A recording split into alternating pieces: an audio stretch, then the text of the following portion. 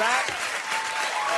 Ladies and gentlemen, at only 17 years old, my first guest has co-starred in 4 of the biggest films of all time, and now she can be seen in what's expected to be the 5th, Harry Potter and the Order of the Phoenix. Please welcome Emma Watson.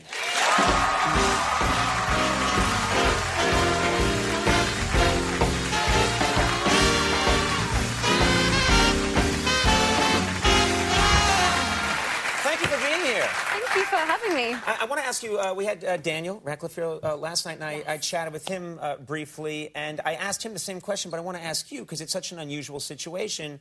It's the 5th Harry Potter film. Yes. And you look back now, how old were you when you did the first one? I auditioned when I was 9, and I started filming when I was sort of 10, 11. Is it strange for you, because these movies are ubiquitous, you see them on television all the time, and do you ever come across yourself in that first film, and how does that feel? Quite horrible, to be honest. It's really, I mean, I guess it's just, yeah, very, very strange. And especially, like, in this one, there's loads of flashbacks to the first film. Right. So I get to see a lot of that. I guess just, I just used to have such chubby cheeks and such, like, a high voice and the big hair and, yeah. You're describing me perfectly, actually. But that's how I think people don't generally like to look at themselves at that age. I mean, everyone else thinks that you're a really cute kid in those films, but that's not how you perceive it, right? I mean, it's kind of hard to explain, like, how that feels, but I guess, like, I don't know if you hear your voice if you ever hear your voice taped or on an answer machine, you're like, oh, it's horrible, people can't listen.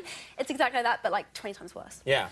Although your voice is very beautiful, mine is very grating. I hear mine sometimes. I hear a TV set, and I'm like, hello, folks, we're back. We're going to have a great show. And I'm like, someone kill that guy.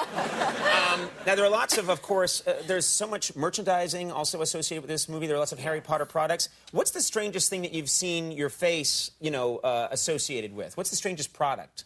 God, it's really hard. There is so much Harry Potter merchandise. Yeah. I was in Waitrose the other day, and I came across Hermione's magic muffins, which I was like, wow, that's a new one. What is it? It's a muffin mix? Yeah, exactly. It's a muffin mix. You don't have to buy any of the ingredients. It's all in there, and you kind of get these little stickers with my head on them, and you kind of put them on. Right. Yeah. And it's strange because are you good? Do you make muffins yourself? Are you a good cook?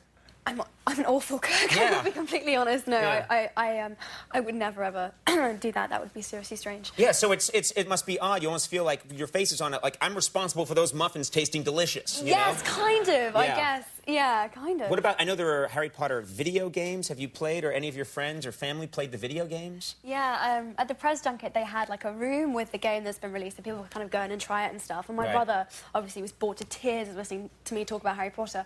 Went in and was trying the game out, and he came back and I was like, oh, did you have a good morning? He was like, yeah. I've been throwing benches at you like for hours. I was like, that's nice to know. So your brother can go into a room and just hurl benches at you, but no one gets hurt. It's perfect. Yeah, that's very nice. Excellent, yeah. I know there were action figures as well. Does your brother or any of your siblings ever, get the action figure? That would be very strange. That would be seriously creepy. I don't think I would let them have it. I think that's so, like... No, that would be really weird. Really weird. It's something I would do. I understand that you and the cast made a very short Harry Potter film, especially for the Queen's 80th birthday. Yeah. And then then you all met her. Did you have to take etiquette lessons and learn how to meet the Queen? I would think there are a lot of rules, right? Well, this is the funny thing. By the time I'd had all the sort of etiquette of how I was meant to meet her, and I could only say this and I couldn't say that, to be honest, I was kind of glad in the end that I didn't actually meet her in the end. Because, like, apparently, you can only address her as Your Majesty, and you can't speak to her unless she speaks to you. And there's kind of this little bow you have to do, and all of this stuff that I was like, okay. And I was so nervous about it. I was kind of like, actually, you know what? I'll just look at her or just sit behind her. That's good enough for me, you know? Right, because you're so afraid of just, am I going to do this the wrong way? Am I going to make a mistake? Yeah. Did she seem like a nice person? Did you get a sense of her as a person or not really? You were in a room with her, but you didn't actually get to meet her. To be honest, I hope she enjoyed the show that we put together. She didn't really... Not that much facial expression going on. She was quite kind of like this. So I was like, is she enjoying it? She is the queen. Oh She's not going to, raise the roof. No, I think she was like, ow, churn the butter! High fives for you and the whole cast. Yeah, no, so I was like, I didn't really know, but I'm sure she. I hope she enjoyed it. I know a lot of people in America. You have a beautiful voice, as I said, and the English accent is so. I mean, to many Americans, it sounds. It sounds so distinguished, and oh, you know, no, it's awful. When I come to America, I always feel really. I hate my English accent because it sounds so kind of like. I don't know, pretentious? I don't know if that's the word. It sounds really kind of, I don't know. So by the end of my stay here, I kind of find that my English is kind of edging towards American English. Actually. No, what's pretentious is when people affect an English accent. Yours is real. You were allowed to have one. There were people like Madonna who, like, 2 years ago, started being like, oh, hello. Here. Aren't you from Long Island or something? What about, do you think that when you hear Americans, because there are American actors who in movies try and do a British accent, and to us maybe it sounds all right, but how does it sound to someone who's... I can always tell. Yeah. You can always tell, pretty much. I mean, yeah, you can pretty much tell. It's next to impossible for an American to do it correctly. Yeah, well, I guess, I don't know how well we pull off American accents though, so, you know.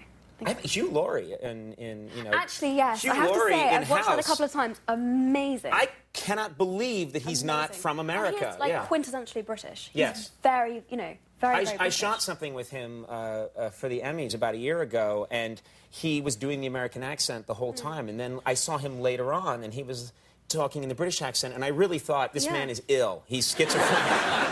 He's so scary talented. No, very talented. But, you know, when Americans go over and try and do it, a lot of times it sounds like, you know, Mary Poppins kind of, hello, governor! Yes, that's exactly it! How you doing, you know? I'm your chimney sweep boy, how I would do it. Now, of course, you and Daniel and Rupert, you're the three main, you know, characters that we've been following throughout these different films.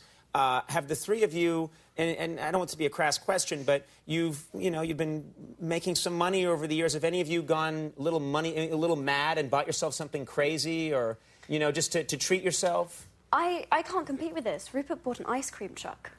I'm not even kidding. He bought an ice cream truck? That is every kid's fantasy. I know, literally. No one really does that. He was like, he said to me quite seriously, he said, if I hadn't got this, you know, if I hadn't become an actor, you know, I seriously would have considered being an ice cream man.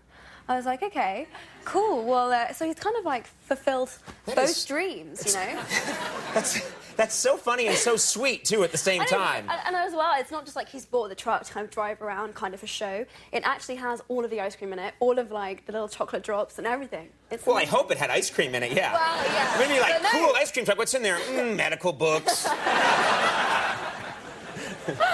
Yeah, no. We have a clip here from the film Harry Potter and the Order of the Phoenix, and I want to make sure we show this. What do we need to do or know to appreciate this clip? You have to have seen the last film, and you have to know that Ron was a complete idiot, to be fair. He didn't invite her to the ball, and then he made a really big deal about her going with someone else, and he completely ruined her evening, and she ended up crying up on the steps, and then he never apologised, and basically was just, you know. So in this one, she kind of kicks his ass. She really does. She really, like, gets her own back, and it's quite kind of a classic girl power moment. Yeah, so, women everywhere will appreciate this. Yes. Let's take a look at this moment from Harry Potter and the Order of the Phoenix. I'll go easy.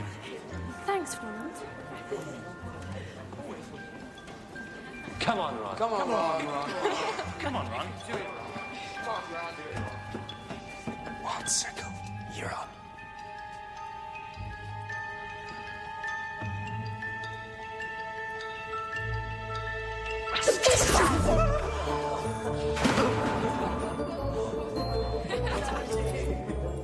Thank you. Shut up. I let her do that. It's good manners, isn't it? It's completely intentional. That's how I would handle that moment. That was on purpose. I did it on purpose. Harry Potter and the Order of the Phoenix is in theaters right now. Really a pleasure chatting with you. Yeah, we hope to see you soon. Emma Watson, everybody. Patton Oswalt coming up. Stick around. We'll be right back.